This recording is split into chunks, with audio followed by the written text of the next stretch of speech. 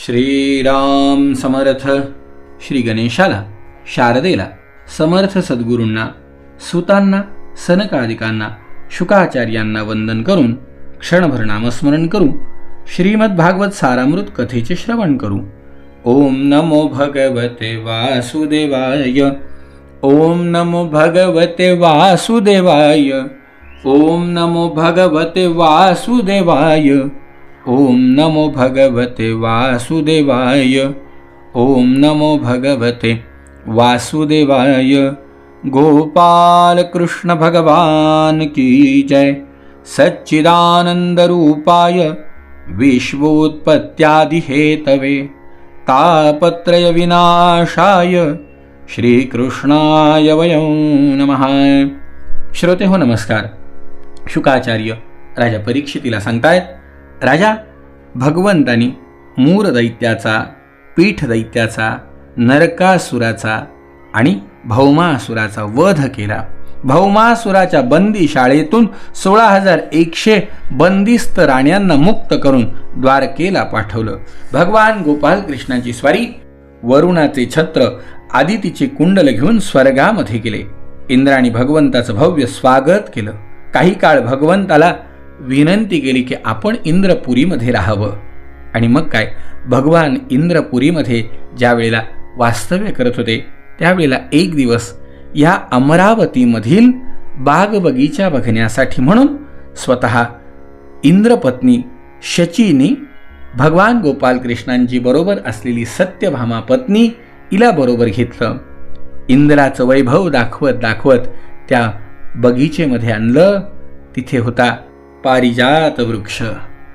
त्या पारिजात वृक्षाचे फुलं या सत्यभामेला आवडले आणि तिने भगवान गोपाल कृष्णांना विनंती केली की हे झाड आपल्या घरी असलं पाहिजे, पृथ्वीवर असलं पाहिजे.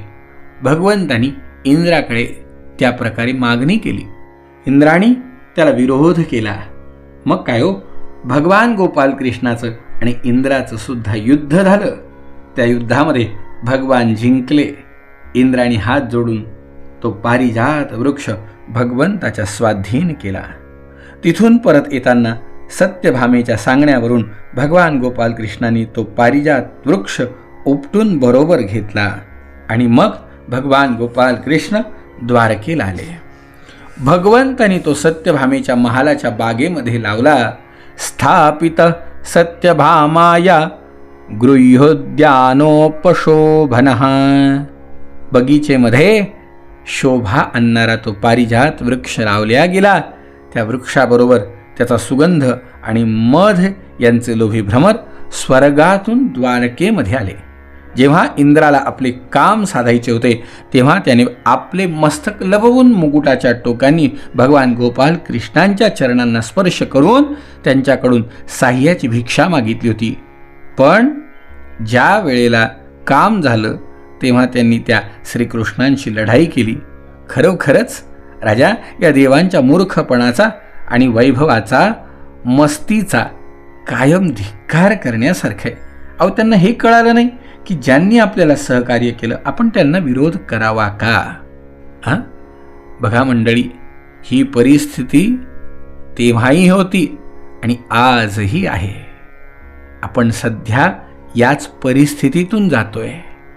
आज कुठेतरी आपल्या धर्माला, आपल्या देशाला, आपल्या संस्कृतीला आणि आपल्या आजपर्यंत अनादिकालापासून प्रचंड विरोधामध्ये सांभाळलेल्या या माझ्या भारतभूमीला आज कुठेतरी चांगले दिवस बघायला मिळत आहेत. पण आपल्याला माहिती आहे की कुऱ्हाडीचे दांडे गोतास काळ होत आहेत. आदरणीय गंधे महाराज फार छान सांगायचे. 2 झाडं शेजारी शेजारी उभे होते. त्या एका झाडाच्या पायथ्याला, त्या खोडाजवळ एक पातं पडलेलं होतं. ते लख लख लख लख करणारं कुऱ्हाडीचं पातं पाहून ते झाड रडायला लागलं. थंडी वाजून आल्यासारखं गदगद हलायला लागलं. दुसऱ्या झाडाने विचारलं, का रे, काय झालं तुला? त्याने पाहिलं, अरे बघ ना, हे पातं किती लख लख लख लख करतंय. हे आपले तुकडे तुकडे करून टाकील. त्यावेळेला दुसरं झाड त्याला म्हणालं, घाबरू नको रे. अरे हे लखलख करणारं पातं, हे पातं आपलं काहीच करू शकत नाही. जोपर्यंत आपलाच जात भाई, जोपर्यंत त्याच्या दांडा म्हणून जात नाही, आपल्यातलंच एक लाकूड ह्याच्यामध्ये दांडा म्हणून जाऊन बसत नाही, तोपर्यंत हे पातं आपलं काहीही वाकडं करू शकत नाही. आजची परिस्थिती तशीच आहे मंडळी. आज आपण आपल्या धर्माकरता, आपल्या तत्वांकरता, आपल्या संस्कृतीकरता प्रचंड ऐक्य साधण्याची गरज आहे. आज समाजामध्ये आपल्या ऐक्यतेची फार गरज आहे. आणि सगळ्यात महत्त्वाची गोष्ट की जो आपल्या संस्कृतीला पोषक असेल, जो आपल्या धर्माला पोषक असेल, जो आपल्या देशाला पोषक असेल, भारत मातेचं रक्षण करणारा असेल, आपणही त्याच्या पाठीमागे अगदी तन मन धनाने उभं राहणं आजही गरजेचं आहे. बघा, इंद्राला सुद्धा कळालं नाही.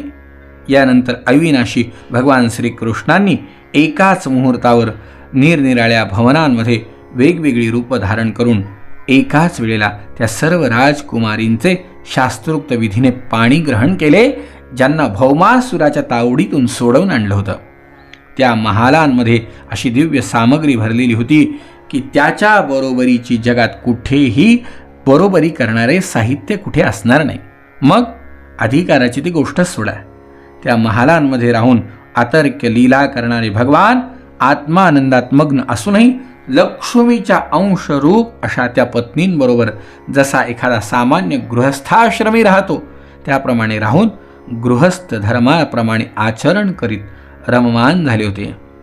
राजा, ब्रह्मदेवादिकांनाही ज्यांना प्राप्त करून घेण्याचा उपाय माहिती नाही, त्याच रमारमणांना त्या स्त्रियांनी पतीच्या रूपाने प्राप्त करून घेतले.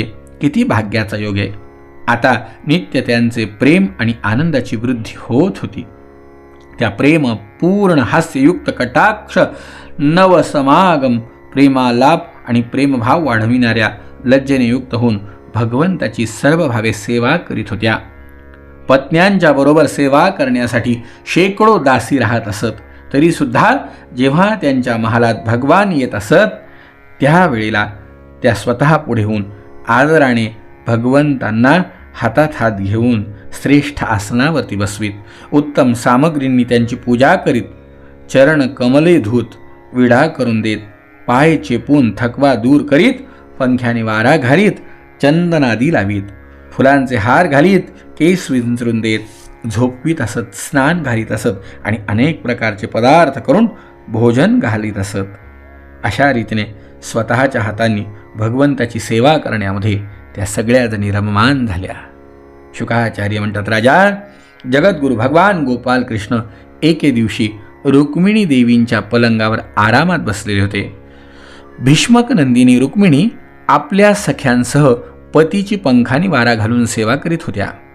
जे परमेश्वर सहजता या जगाची निर्मिती, पालन आणि प्रलय करतात, तेच अजन्मा प्रभू आपणच तयार केलेल्या धर्ममर्यादेंचे रक्षण करण्यासाठी यदुकुलात अवतीर्ण झाले आहेत. रुक्मिणी देवीचे अंतःपुर अतिशय सुंदर होते. त्यामध्ये मोत्यांच्या लड्या लावलेले छत होते. रत्नांचे दिवे झगमग झगमग करत होते. जाईच्या माळा लावलेल्या होत्या. भ्रमरांचे थवे त्या फुलांवर गुंजारव करीत होते. झरोक्यांच्या जाळीतून चंद्रांची शुभ्र किरण आत येत होती. राजा, उपवनातील पारिजातकाचा सुगंध घेऊन बगीच्यात वारा वाहत होता. झरोक्यांच्या जाळ्यातून धुपाचा धूर बाहेर जात होता.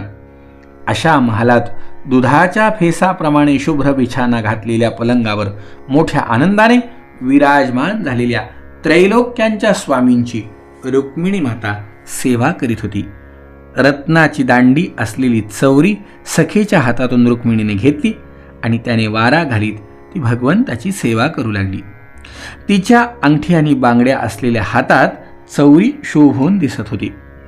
पायात रत्नजडित पैंजण रुणझुण रुणझुण करीत होती. कुरळे केस, कुंडल आणि गळ्यातील सुवर्णाचे हार यांनी शोभणाऱ्या तिच्या मुखचंद्रावरून हास्यरूप चांदण्यांचा अमृत वर्षाव होत होता. ती साक्षात एकनिष्ठ लक्ष्मीच होती. यावेळी तिने लीलेने भगवंतांना अनुरूप असे मनुष्यरूप धारण केलेले होते. तिला पाहून प्रसन्न झालेल्या श्रीकृष्णांनी हसत हसत तिला म्हटलं, राजपुत्रीप्सिता भूपैर् लोकपाल विभूतिभिः महानुभावै श्रीमद् भीरुपौदार्यबलौर्जितै. हे राजकुमारी, ज्यांच्या जवळ लोकपालांच्या सारखे ऐश्वर्य होते, जे मोठे प्रभावशाली आणि श्रीमंत होते, त्याचप्रमाणे सौंदर्य, औदार्य आणि ताकदीमध्येही जे असामान्य होते, असे राजे तुला इच्छित होते. तुझे वडील आणि भाऊ यांनी सुद्धा त्यांना शब्द दिला होता की जे कामोन्मत्त होऊन तुझे याचक बनले होते, त्या शिशुपालादी राजांना सोडून देऊन तुझ्या तोडीच्या नसलेल्या मला अचानक तू का वरलं ग? हे सुंदरी, जरासंध आदी राजांच्या भीतीने आम्ही समुद्रात वस्ती केली आहे. बलवानांशी आम्ही वैर धरलंय आणि जवळजवळ राजसिंहासनही आम्हाला मिळण्यासारखं नाही. हे सुंदरी, आमचा मार्ग कोणता हे सुद्धा लोकांना माहिती नाही. लौकिक व्यवहार सोडून वागणारे आम्ही, तसंच स्त्रियांना खुशही न करणाऱ्या पुरुषांना वरणाऱ्या स्त्रियांना बहुधा दुःखच भोगावं लागतं. तरी आम्ही असे जवळ काही न बाळगणारे आणि जे जवळ काही बाळगत नाही अशा लोकांवर आम्ही प्रेम करणारे, यामुळे धनवान लोक बहुधा आमच्या वाऱ्यालाही उभं राहत नाही. तुला का बरं आम्हाला वरावं वाटलं? रुक्मिणी, अगं शाल्व, शिशुपाल, जरासंध, दंतवक्र हे सगळे राजे, तुझा थोरला भाऊ रुक्मीसुद्धा सगळेजण माझा द्वेष करतात. आम्ही खरोखर देह आणि घरदार यांविषयी उदासीन आहोत. स्त्री, संतान आणि धन यांची आम्हाला आकांक्षा नाही. आम्ही निष्क्रिय असून दिव्यासारखे साक्षीदार आहोत. आम्ही आमच्या आत्म्याच्या साक्षात्कारानेच पूर्ण काम आहोत. मग तरीसुद्धा आमच्याशी का तुला लग्न करावं वाटलं? शुकाचार्य म्हणतात, भगवान गोपालकृष्ण आपल्यापासून कधीच दूर जात नसल्याकारणाने रुक्मिणीला आपणच यांना सर्वाधिक प्रिय आहोत असा झालेला गर्व नाहीसा करण्यासाठीच भगवंत एवढे बोलले आणि गप्प झाले. हे सगळं बोलणं ऐकल्यावरती रुक्मिणी माता किंचितशी हसली आणि किंचितशी हसून ती भगवंताला काय म्हणाली आणि काय घडलं उद्याच्या भागामध्ये श्रवण करू. जय जय रघुवीर समर्थ.